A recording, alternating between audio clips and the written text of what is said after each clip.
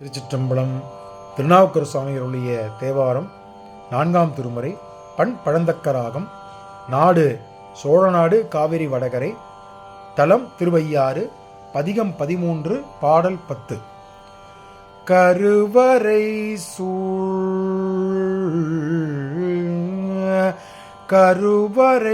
சூழ் கடல் இலங்கை.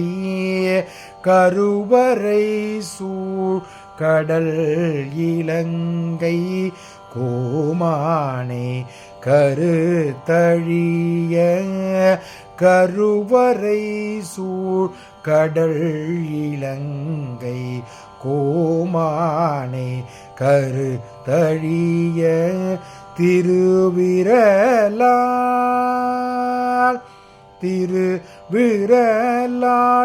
உதகரணன்.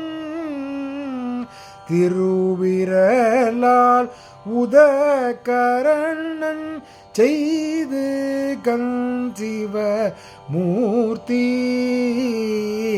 திருவிரலால் உதகரணன் செய்து கஞ்சிவ மூர்த்தி. பெருவரை சூழ் வையகத்தர்.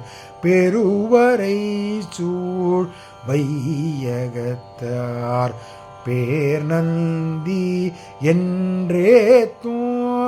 பெருவரை சூழ் வையகத்தார் பேர் நந்தி என்றேத்தும். அருவரை சூழ் ஐயாரர்க்கு.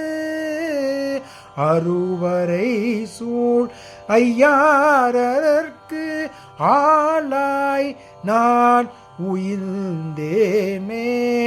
அருவரை சூழ் ஐயாரர்க்கு ஆளாய் நான் உயிர்ந்தேனே.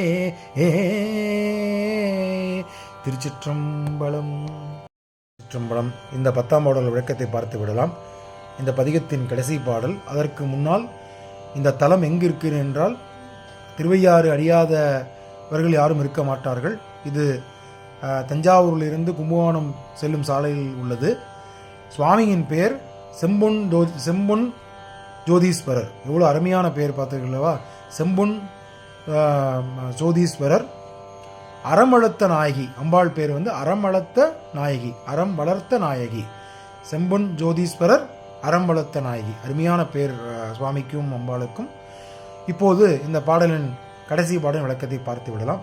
இந்த பாடலில் ராவணனுடைய ஆணவத்தை அடக்கி எம்பெருமான் ஆட்கொண்டதை பற்றி மேற்கோள் காட்டுகின்றார். கைலாய மலையை பெருப்பதற்காக ராவணன் கைலையை சென்று அங்கே கைலை மலையை பெருக்கும் தருவாயில் தனது கட்டவரலால் அழுத்தி ராவணன் ஆணவத்தை அடக்கி எம்பெருமான் ஆட்கொள்வார் அல்லவா, அதை சொல்கிறார். அதைத்தான் இந்த பாடலில் கடலின் இடையே பெரிய மலைகள்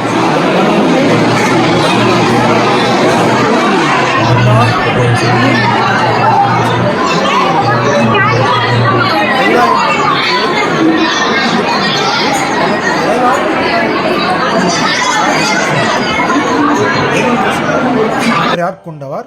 கடலால் சூழப்பட்ட உலகத்தினவர்கள் நந்தி என்று அழிந்து வாழ்ந்து வருகின்றனர். நந்தி என்று நினைத்து வாழ்ந்து வருகின்றார்கள். அந்த சிவபெருமானை திருவையாற்றில் அமர்ந்திருக்கும் செம்பொன் ஜோதீஸ்வரர் உடனாகிய செம்பொன் ஜோதீஸ்வரர் யார் உடன் இருக்கா? அம்பாள் அறம்பளத்த நாயகி. அவர்களை அம்பெருமானை வழிபட்டு நான் வாழ்க்கையில் உயிர்ந்து விட்டேன் அப்படின்னு சொல்லி அப்பர் சுவாமிகள் இந்த பதிகத்தை 10ஆம் பாடலை முடித்துக் கொள்கின்றார். திருச்சிற்றம்பலம்.